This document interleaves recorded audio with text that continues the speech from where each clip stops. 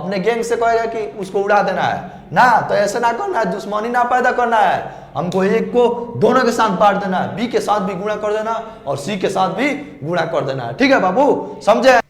Hello student, मैं हूं Rohit sir, आप लोग का मैथ टीचर, और स्वागत करता हूं आपका हमारे चैनल इंटर साइंस क्लासेस में।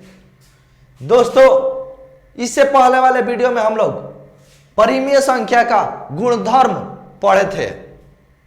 इस वीडियो में हम लोग कुछ नियम के बारे में पढ़ेंगे, जैसे में हो गया हमारा क्रम विनिमय नियम, वितरण का नियम, उसके साथ साथ योज्य तत्समक अवयव और गुणा का तत्समक अवयव को भी देखेंगे इस वीडियो में हम लोग। तो आइए, हमारा टॉपिक आज का हो जाएगा, 1 नंबर में टॉपिक हो जाएगा क्रम विनिमय नियम। क्रम विनिमय नियम, क्रम विनिमय, क्रम यानी क्रम बदलना, विनिमय यानी बदलना। क्रम हम लोग बदल देंगे, कोई भी संख्या रहेगा, परिमेय संख्या मान लीजिए 2 है, उसका क्रम बदल के जोड़ेंगे तो वो बराबर होगा। यही होता है क्रम विनिमय नियम। जैसे में मान लीजिए, माना ए और बी एक परिमेय संख्या है, मान लिया हमने, ठीक है। तो इसको a प्लस बी, अगर इसका हम क्रम बदलेंगे, यहां पे a प्लस बी है, अगर b प्लस a करेंगे तो एक दूसरे के बराबर होगा, केवल क्रम बदल देंगे। जैसे देखिए, यहां पे a है आगे और यहाँ पे आगे b हो गया है, क्रम बदल गया है, b यहाँ पे पीछे है, यहाँ पे आगे चला है, और a आगे ये पीछे चला गया इधर। तो देखिए, क्रम बदलेंगे तो अगर बराबर होगा, यही है हमारा क्रम विनिमय का नियम। क्रम को केवल बदल देना है। जैसे में यहाँ पे आ गया 4 + 2, ठीक है, बराबर में क्या हो जाएगा 2 + 4। ये देखिए तो क्या बराबर हो रहा है, 6 हो जाएगा, और ये भी 6 हो जाएगा। तो यही है बाबू क्रम विनिमय का नियम। एग्जाम्पल ये था हमारा, देख लीजिए एग्जाम्पल। क्रम को केवल बदल देना। यहाँ पे देखिए 4 पहले, इधर लास्ट में चला गया है, तो क्रम बदलेंगे, अब बराबर होगा ना, तो ये हो जाएगा हमारा क्रम विनिमय नियम। इसको मिटा देते हैं, नोट कर लीजिएगा आप लोग। वितरण का नियम यहां पे देखते हैं, वितरण का नियम 2 नंबर में हो जाएगा हमारा वितरण का नियम। वितरण यानी जानते हैं बाबू क्या होता है? वितरण यानी होता है बांटना।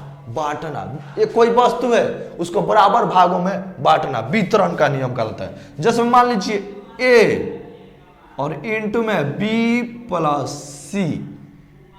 देखिए बाबू, यहां से बॉक्स को हटाएंगे तो ये जो a बाहर दिख रहा है ना, ये b के साथ भी इंटू हो जाएगा और c के साथ भी इंटू हो जाएगा, तो इसे वितरण का नियम कहेंगे। दोनों के साथ गुणा हो जाएगा ना, दोनों के साथ a b के साथ भी गुणा हो जाएगा और ये c के साथ भी गुणा हो जाएगा, तो इसे वितरण का नियम कहते हैं। जैसे मान लीजिए ये दोनों भाई है, b और c, जमीन है उसका, मान लीजिए a जमीन है, तो a को b को भी देंगे और c को भी देंगे, तो अब जाके ही खुश रहेगा, ठीक है। और नहीं तो खाली b को दे देंगे और c को ना देंगे तो c खिसिया जाएगा, कहेगा कि बेटा गोली मार देते हैं, अपने गैंग से कहेगा कि उसको उड़ा देना है ना, तो ऐसे ना करना है, दुश्मनी ना पैदा करना है। हमको एक को दोनों के साथ बांट देना है, b के साथ भी गुणा कर देना और c के साथ भी गुणा कर देना है, ठीक है बाबू, समझे? मान लीजिए आप और एक और कोई आपका दोस्त है, ठीक है, और एक और ही है, 3 गो दोस्त है। तो मान लीजिए दोनों दोस्त कहीं जाने वाले हैं, ठीक है, और ये है ना दोनों का फेवरेट है, ठीक है। तो ये कहेगा, बी कहेगा कि मेरे साथ चलिए ये को, और सी भी कहेगा कि मेरे साथ चलिए। तो अगर ए बी के साथ केवल चल जाएगा तो सी खिसिया जाएगा, ठीक है। अगर ए सी के साथ चल जाएगा तो बी खिसिया जाएगा, तो खिसियाने नहीं देना है, रुसना ना है, ठीक है। दोनों लेके जाएगा साथ में। ए अगर दोनों के साथ जाएगा, कभी इसके साथ गया कभी इसके साथ गया, तो अब जाके खुश रहेगा, नहीं तो झगड़ा हो जाएगा इस तरह, ठीक है। तो ये हो जाएगा हमारा वितरण का नियम। बताए ना, ए बी के साथ भी गुणा कर देंगे और ए का सी के साथ भी गुणा कर देंगे, तो हमारे ये हो जाएगा वितरण का नियम। तो ये बॉक्स हटाएंगे बाबू, बॉक्स हटाएंगे तो हो जाएगा ए इंटू बी, अब बीच में प्लस है तो प्लस, फिर ए इंटू सी। देखिए बाबू ये दोनों के साथ चल गया, बट गया, दोनों के साथ बराबर बराबर भाग में बट गया ना, तो ये है हमारा वितरण का नियम। क्या इसमें से फिर ए को कॉमन नहीं ले सकते? ले सकते हैं, तो फिर ऐसा आ जाएगा। ठीक है, समझ में आया? अब देखिए ये नोट कर लीजिए, आगे हम लोग पढ़ेंगे योग्य तत्समक अवयव, योज्य तत्समक अवयव। नोट कीजिए, मेटका रहा है इसको। अब हमारा अगला टॉपिक है योज्य तत्समक अवयव, तीसरा योज्य तत्समक अवयव।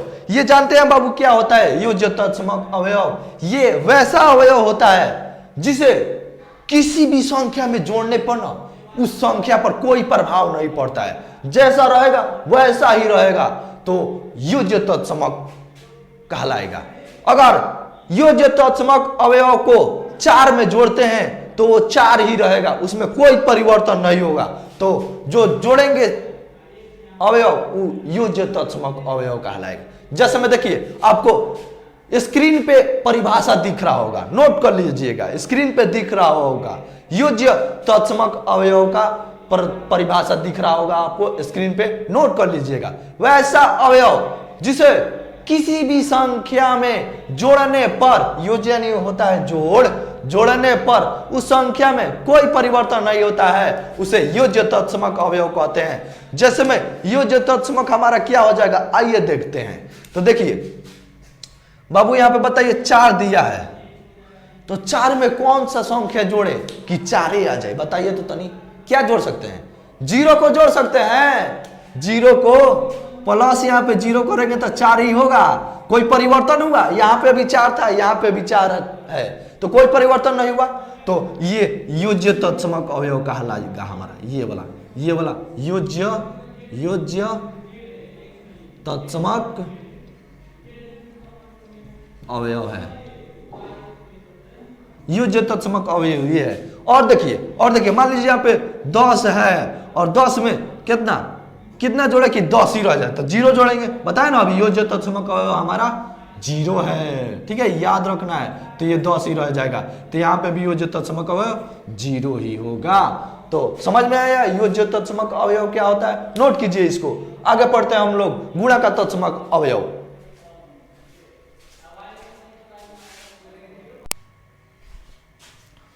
ये देखिए बाबू हमारा अगला टॉपिक है गुणा का तत्समक अवयव। गुणा का तत्समक अवयव, योज्य तत्समक अवयव अभी हम जाने हैं। अब देखिए गुणा का तत्समक अवयव, देखिए स्क्रीन पे आपको परिभाषा दिख रहा होगा।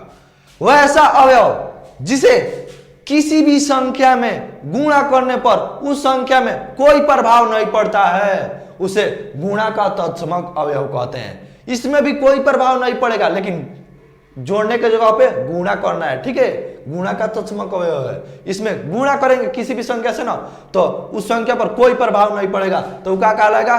गुणा का तत्समक अवयव कहलाएगा। जैसे में मान लीजिए 4 ले रहे हैं, 4 में कौन से संख्या को गुणा करें कि 4 ही रह जाए? किससे करेंगे? 1 हो सकता है, 1, तो क्या हो जाएगा? 4 होना होगा। फिर 10 लिए थे, 10 में 1 से गुणा करेंगे तो 10 ना होगा बाबू। तो देखिए गुणा का तत्समक अवयव हमारा क्या हुआ? ये हो गया गुणा का तत्समक अवयव, गुणा का तत्समक अवयव। इसमें हो गया ये गुणा का तत्समक अवयव, गुणा का तत्समक अवयव। तो देखिए गुणा का तत्समक अवयव समझ में आया ना? तो आज के लिए बस इतना ही, मिलते हैं फिर अगले वीडियो में। वीडियो अगर अच्छा लगा हो तो चैनल को सब्सक्राइब कीजिए, वीडियो को लाइक कीजिए, कमेंट कीजिए और अपने दोस्तों में शेयर कीजिए। 8 क्लास के जितने भी दोस्त हैं उनके पास शेयर कीजिए बाबू। मिलते हैं फिर अगले वीडियो में। हाँ, और अगर आप ऑफलाइन क्लास में जुड़ना चाहते हैं तो जुड़ सकते हैं, क्लास चल रहा है।